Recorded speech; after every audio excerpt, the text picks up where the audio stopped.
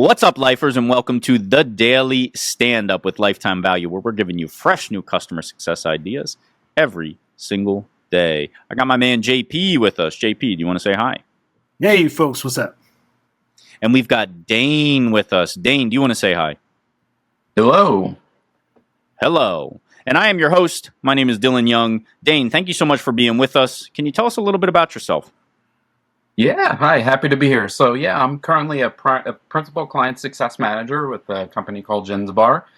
Been with the company about 2 years in the CS field, and previous experience coming out of higher education, about 15 plus years in student services. So happy to be here and talk about everything CS. Anybody who comes with a branded polo, you know what sort of level they're working on. I don't have any branded polos. We don't have any daily stand-up polos, do we, JP? We got to change that. Right. Yeah. Well, it's summer, so maybe we go sleeveless. What do you think? Anyway, Dane, it's a pleasure to have you here. You know what we do here. We ask one simple question of every individual that comes on the show, and that is, what is on your mind when it comes to customer success? So can you tell us what that is? Yeah. So thinking about customer success, I really wanted to highlight kind of what our team was doing, right, and the approach to customer success, and with our newly formed principal client success team here at Bar. Like I said, I've been here about 2 years. It'll be 2 years next month. This principal team was just formed back in March of this year, right, in 2024. So this is a really brand new concept for us as an organization. But I really wanted to highlight and shout out like the good work that we're doing and how our principal team is really supporting our customers at a higher level than the standard CS team that we have at the organization. So really, we are tasked with focusing on our higher need, higher touch, higher ARR accounts, right? To really hone in on adoption and retention, right? That's our biggest piece here.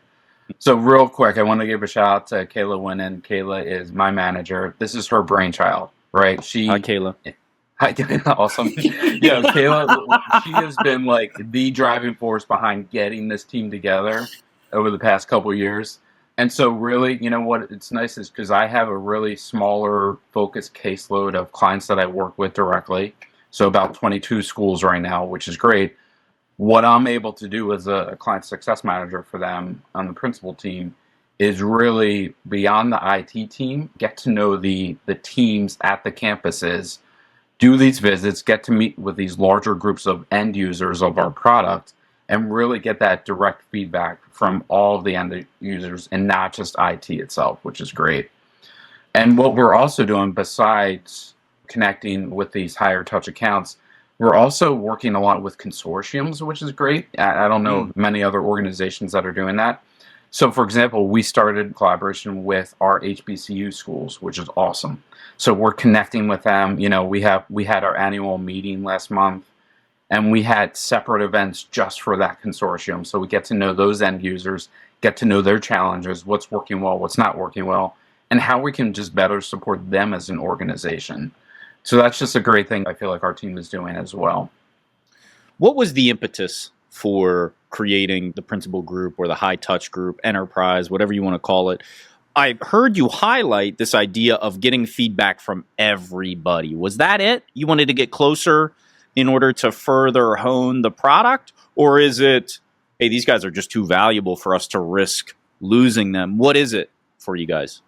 Yeah, Dylan, great question. I would say it's a combination of both, right? These are definitely our higher, like the accounts that we're like, hey, we really need to protect these guys, right? In terms of like, they've been with us for a long time. We want to make sure that they are good to go, that they're up and running on our product, as well as having a minimal caseload compared to standard client success manager on our team.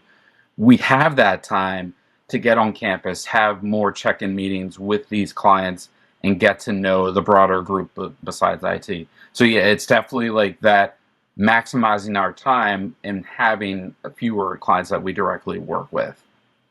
JP, sitting in seat, and I know you actually work with like SMB for the most part, right? So you probably have a higher volume. What kind of questions do you have, or what piqued your curiosity about the description of this? Well, I used to work in higher education, and I think in general there are some, I guess, parallels. I think, like, I used to work in admissions, and so in admissions you also deal with a pretty high volume of coming with a very high volume coming in. Yeah.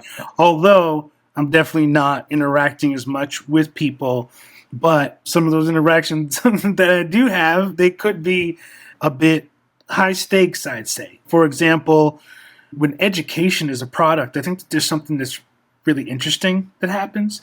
Like, schools got so much prestige, right? Like, the renewals, when we're talking about schools, this is so different because, like, I went to, like, Northeastern. That was like $40,000 a year back when I went, which was now, over 20 years, right? That's a lot of money per year. Could have bought a Lamborghini, but I would have still been in debt because I'm in debt now. So they would have repossessed my Lamborghini. Well, you got a Lamborghini for a brain now. Right. That's what I got. It works real fast, right? So follow me where I'm going. I used to work at a big state school where I live. I'm not going to say the name, but they definitely had a program, a nursing program that was super competitive. They only have 80 spots, but there's 8,000 applicants. Woo! Okay. Yeah, that's and tough. So I had duty at the front desk. And if you know anything about parents, they're not shy about coming in, these helicopter parents, where they may think that somehow this reflects upon them.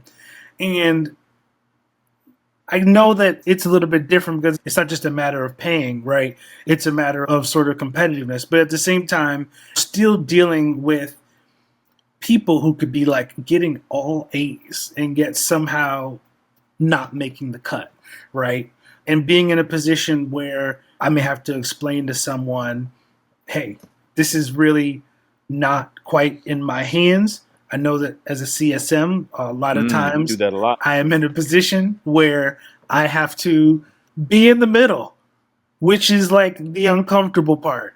I don't have as much power at my organization to tell you that I can really do something, but yet you may expect so much of me because I said I was your primary point of contact, right? Yeah.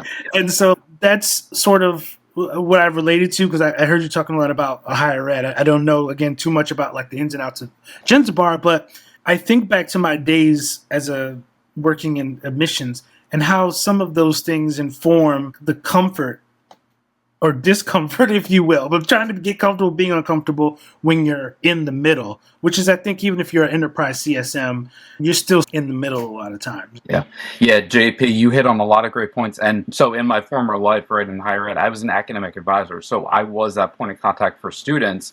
And I find myself doing the same exact thing now in my current principal role with the schools that I work with. It's a matter of, for me, the priority is maintaining that relationship, right?